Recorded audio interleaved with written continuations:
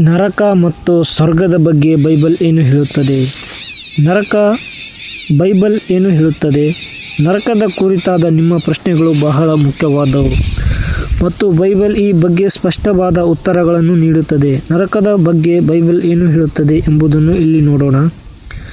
ನರಕ ಎಲ್ಲಿದೆ ಮತ್ತು ಅಲ್ಲಿ ಏನಾಗುತ್ತದೆ? ಬೈಬಲ್ ಪ್ರಕಾರ ನರಕವು ದುಷ್ಟರಿಗಾಗಿ, ಅಂದರೆ ದೇವರನ್ನು ತಿರಸ್ಕರಿಸಿದವರಿಗೆ ಮತ್ತು ಪಾಪದಲ್ಲಿ ಜೀವಿಸಿದವರಿಗೆ ನಿಗದಿಪಡಿಸಲಾದ ಸ್ಥಳವಾಗಿದೆ. ಇದು ನಿರಂತರವಾದ ಯಾತನೆ, ಅಗ್ನಿ ಮತ್ತು ಕತ್ತಲೆಯ ಸ್ಥಳ ಎಂದು ಬೈಬಲ್ ವಿವರಿಸುತ್ತದೆ. ನರಕ ಎಂಬ ಪದವನ್ನು ಸಾಮಾನ್ಯವಾಗಿ ಗೆಹೆನಾ ಎಂದು ಬೈಬಲ್ನಲ್ಲಿ ಉಲ್ಲೇಖಿಸಲಾಗಿದೆ. ಇದು ಜೆರುಸಲೇಮಿನಲ್ಲಿನ ಹೊರಗಿನ ಕಸ ಸುಡುವ ಕಣಿವೆಯಾಗಿದ್ದು ಅಲ್ಲಿ ನಿರಂತರವಾಗಿ ಬೆಂಕಿ ಉರಿಯುತ್ತಿತ್ತು. ಇದು ಪಾಪಿಗಳಿಗೆ ಕಾದಿರುವ ಶಾಶ್ವತ ಶಿಕ್ಷೆಯನ್ನು ಸಂಕೇತಿಸುತ್ತದೆ. ನರಕದಲ್ಲಿ ಆತ್ಮಗಳು ದೈಹಿಕವಾಗಿ ನಾಶವಾಗುವುದಿಲ್ಲ, ಆದರೆ ಶಾಶ್ವತವಾಗಿ ಯಾತನೆ ಅನುಭವಿಸುತ್ತವೆ ಎಂದು ಬೈಬಲ್ ಹೇಳುತ್ತದೆ. ಇದು ದೇವರ ಉಪಸ್ಥಿತಿಯಿಂದ ಸಂಪೂರ್ಣವಾಗಿ ದೂರವಿರುವ ಸ್ಥಳವಾಗಿದೆ. ನರಕದಲ್ಲಿ ನಮ್ಮನ್ನು ಹೇಗೆ ನೋಡಿಕೊಳ್ಳುತ್ತಾರೆ? ಬೈಬಲ್ ಪ್ರಕಾರ ನರಕದಲ್ಲಿ ದಯೆ ಅಥವಾ ಕಾಳಜಿ ಇರುವುದಿಲ್ಲ. ಅಲ್ಲಿರುವವರು ತಮ್ಮ ಪಾಪಗಳಿಗೆ ತಕ್ಕಂತೆ ಶಿಕ್ಷೆಯನ್ನು ಅನುಭವಿಸುತ್ತಾರೆ. ಇದು ದೈಹಿಕ ಮತ್ತು ಮಾನಸಿಕ ಯಾತನೆಗಳ ಮಿಶ್ರಣವಾಗಿರುತ್ತದೆ ಎಂದು ಬೈಬಲ್ ಸೂಚಿಸುತ್ತದೆ. ಇಲ್ಲಿ ಯಾವುದೇ ಮುಕ್ತಿ ಇರುವುದಿಲ್ಲ. ನಾವು ಸತ್ತ ಮೇಲೆ ಎಲ್ಲಿಗೆ ಹೋಗುತ್ತೇವೆ? ನರಕಕ್ಕೋ ಅಥವಾ ಸ್ವರ್ಗಕ್ಕೋ? ಬೈಬಲ್ ಪ್ರಕಾರ ಮರಣದ ನಂತರ ಎಲ್ಲರೂ ದೇವರ ಮುಂದೆ ನಿಲ್ಲಬೇಕು ಮತ್ತು ಅವರ ಕಾರ್ಯಗಳಿಗೆ ಅನುಗುಣವಾಗಿ ತೀರ್ಪು ಎದುರಿಸಬೇಕು. ನಮ್ಮ ಭೂಮಿಯ ಮೇಲಿನ ಜೀವನವು ನಾವು ಎಲ್ಲಿಗೆ ಹೋಗುತ್ತೇವೆ ಎಂಬುದನ್ನು ನಿರ್ಧರಿಸುತ್ತದೆ. ಸ್ವರ್ಗ, ದೇವರನ್ನು ನಂಬುವವರು, ಯೇಸು ಕ್ರಿಸ್ತನನ್ನು ತಮ್ಮ ರಕ್ಷಕನಾಗಿ ಸ್ವೀಕರಿಸುವವರು ಮತ್ತು ದೇವರ ಚಿತ್ತದಂತೆ ಜೀವಿಸುವವರು ಸ್ವರ್ಗಕ್ಕೆ ಹೋಗುತ್ತಾರೆ. ಇದು ದೇವರು ಮತ್ತು ಆತನ ದೂತರೊಂದಿಗೆ ಶಾಶ್ವತವಾಗಿ ಜೀವಿಸುವ ಸ್ಥಳವಾಗಿದೆ. ಅಲ್ಲಿ ಯಾವುದೇ ದುಃಖ, ನೋವು ಅಥವಾ ಕಷ್ಟವಿರುವುದಿಲ್ಲ. ನರಕ, ದೇವರನ್ನು ತಿರಸ್ಕರಿಸುವವರು, ದುಷ್ಟ ಕಾರ್ಯಗಳನ್ನು ಮಾಡುವವರು ಮತ್ತು ಪಾಪದಲ್ಲಿ ಜೀವಿಸುವವರು ನರಕಕ್ಕೆ ಹೋಗುತ್ತಾರೆ. ಭೂಮಿಯ ಮೇಲೆ ಏನು ಮಾಡಿದರೆ ನಾವು ನರಕಕ್ಕೆ ಹೋಗುತ್ತೇವೆ? ನರಕವನ್ನು ಯಾರಿಗೋಸ್ಕರ ರಚಿಸಲಾಯಿತು? ನರಕದಲ್ಲಿ ನಮ್ಮನ್ನು ಯಾರು ಹಾಕುತ್ತಾರೆ? ನರಕಕ್ಕೆ ಹೋಗುವ ಕಾರಣಗಳು. ಬೈಬಲ್ ಪ್ರಕಾರ ದೇವರ ವಿರುದ್ಧ ಪಾಪ ಮಾಡುವ ಯಾವುದೇ ಕಾರ್ಯವು ನರಕಕ್ಕೆ ಕಾರಣವಾಗಬಹುದು.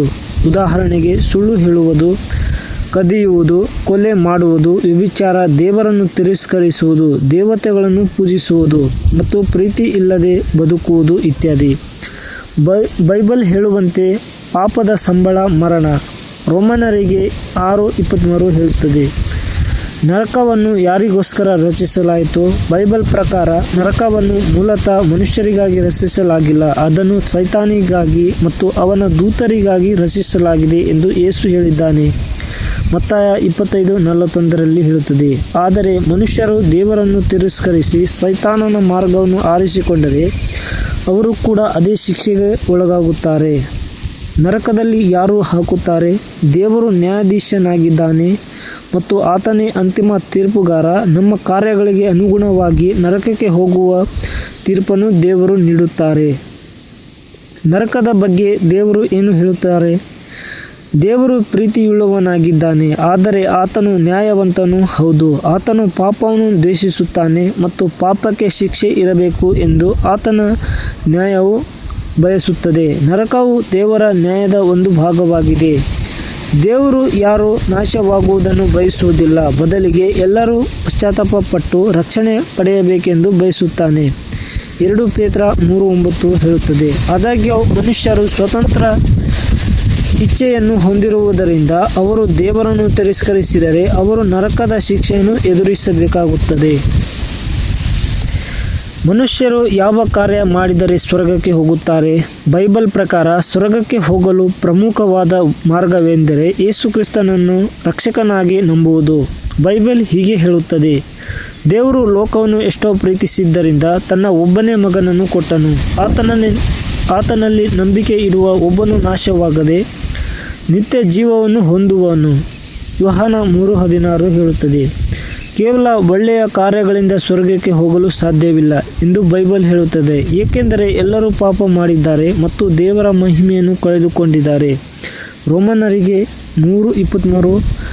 ಆದರೆ ಯೇಸು ಕ್ರಿಸ್ತನ ಮೇಲೆ ನಂಬಿಕೆ ಇಟ್ಟು ಆತನ ತ್ಯಾಗದ ಮೂಲಕ ಪಾಪಗಳ ಕ್ಷಮೆಯನ್ನು ಪಡೆದಾಗ ದೇವರ ಕೃಪೆಯಿಂದ ನಾವು ಸ್ವರ್ಗವನ್ನು ಪ್ರವೇಶಿಸಬಹುದು. ನಂಬಿಕೆಯ ನಂತರ ಒಳ್ಳೆಯ ಕಾರ್ಯಗಳು ನಮ್ಮ ನಂಬಿಕೆಯ ಫಲವಾಗಿ ಬರಬೇಕು. ನರಕದ ಕುರಿತು ಇನ್ನಷ್ಟು ತಿಳಿದುಕೊಳ್ಳಲು ನೀವು ಬಯಸುತ್ತೀರಾ? ಕಮೆಂಟ್ ಮಾಡಿ ತಿಳಿಸಿ. ದೇವರು ನಿಮ್ಮನ್ನು ಆಶೀರ್ವದಿಸಿ ಕಾಪಾಡಲಿ.